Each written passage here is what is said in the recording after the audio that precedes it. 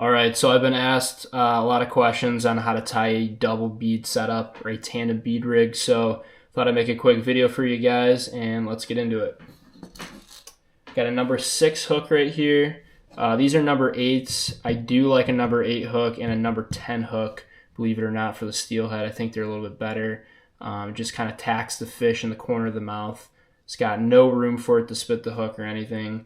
But for video purposes, we're just going to do this little 6. And so the first step, you want to take your 8-pound fluorocarbon leader and you're going to run it through the eye of the hook.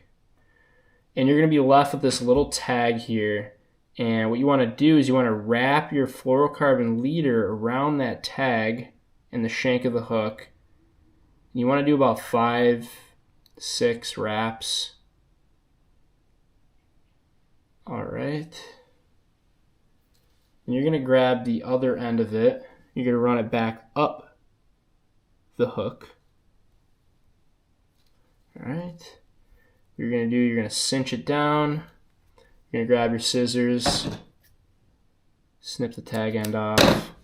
Then you're going to grab your bead of choice. I got these Slaying Steel 10 mil. I think that's the Natty Ice, and I'm sorry, the Natty Light, and I believe this is a Coro. Pretty similar beads, but they've been pretty killer for the brown trout this year, as well as the steelhead. So if you haven't already picked up any of those Slaying Steel beads, I would definitely recommend those. And what you're going to do, grab your silicone peg. Just going to peg the bead just like that. Trim off the excess.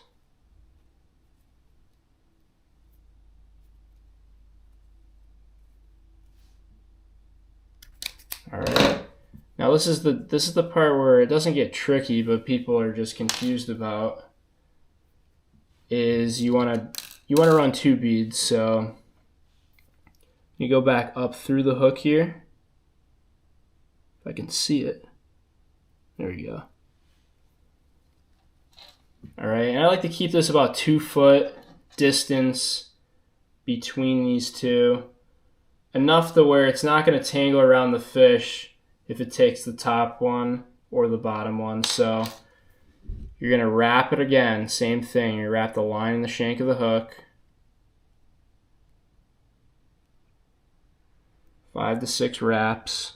If I can see it, there we go. Okay. Same thing, you're going to run it back up through the hook, the eye of the hook. And then you're just going to cinch it down just like that. It's kind of like the same thing if you were to tie a like a worm harness for walleye fishing. It's the same thing. And you're going to grab your little 10 mil bead. You're just going to do the same exact thing we just did. Remember, about 2 inches apart. No more than that, because then it would just be like snagging fish, which you don't want to do.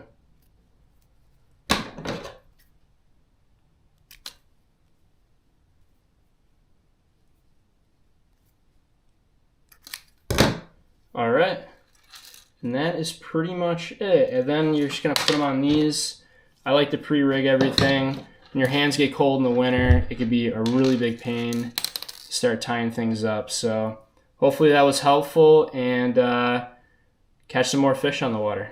Tight lines. And if you guys are curious on like some good bead colors, if you guys are looking to buy any, these natural colors I feel like work really, really good for the steelhead and brown trout. This is like a Laker color, these chartreuse. This color works really well for steelhead in the springtime. That too, it's a good steelhead color, but if you kind of stick with the natural stuff, you can't really do no wrong. So this is also a really good one. This Big Man Dew by Slaying Steel 8 mil. Definitely another one of my favorite kind of chartreuse bead. Kind of has this like white overtone to it. But all right, hopefully that was helpful.